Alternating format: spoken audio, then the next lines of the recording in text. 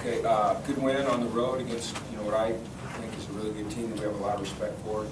I think that game kind of showed that we have some grit to us.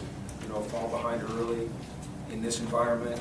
I've been around teams before that were folded, but we don't do that. This is our third game out of 4 away from the Rose Bowl, and I don't know many teams that have started, with three road games out of 4 at Virginia, at Texas, at Arizona State, and won them all. So I think that says a lot about the young men in that locker room right there, their toughness, their grit, and I'm really proud of them. So, far away.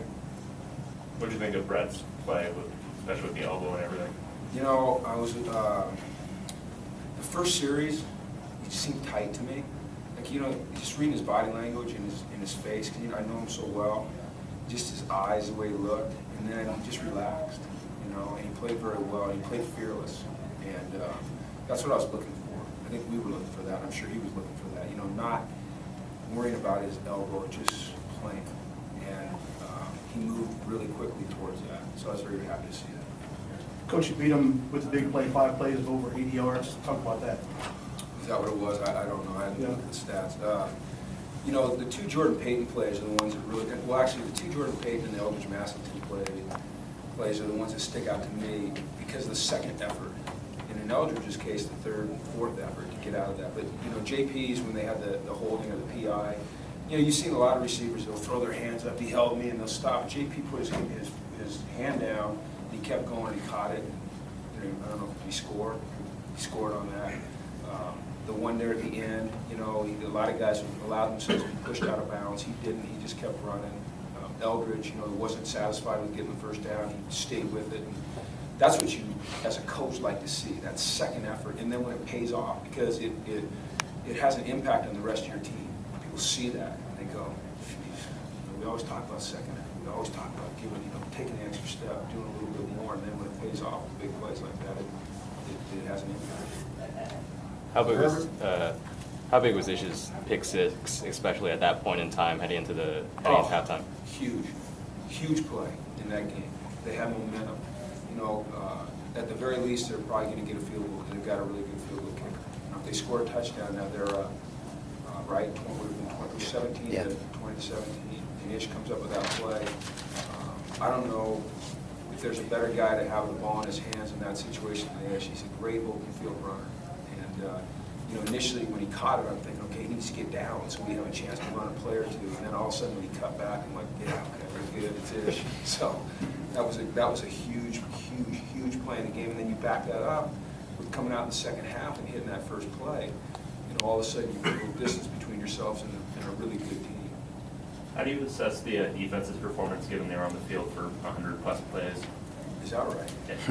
Well, I'm not happy with it. And I don't think they're happy with it. I think we're much better than we showed tonight. And now that's a really good offense. Mike Norvell is an outstanding offensive coordinator. And I know that was a backup quarterback, but that's not a backup quarterback. That guy can start just about anywhere in the country and be effective. But all that being said, I think we have to play better.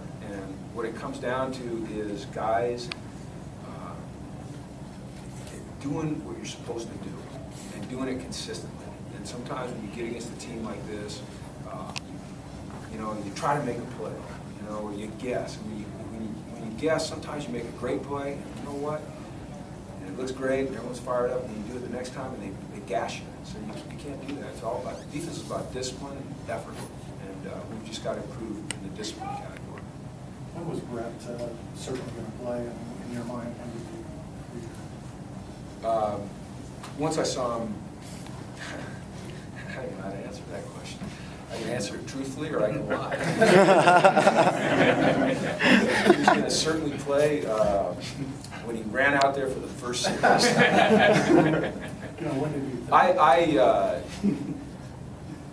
We always have to make sure that we're doing what's right for the young man, the player. At this level, that's critical.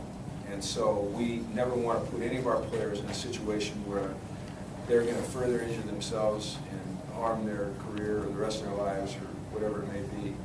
And once our doctors felt secure that they could brace him up and he would be okay, then we felt secure that he could go play. Now, I needed to see him practice and needed to see how he reacted emotionally. And once I felt like he had, cleared those hurdles and he was going to be able to go play the way that he has to play to be effective, then we felt like it was right to start him and let him play. I didn't really tell you when there, did I? Speaking of hurdles, how did you feel when he was hurdling a defender out there? You know what, I wouldn't worry about it.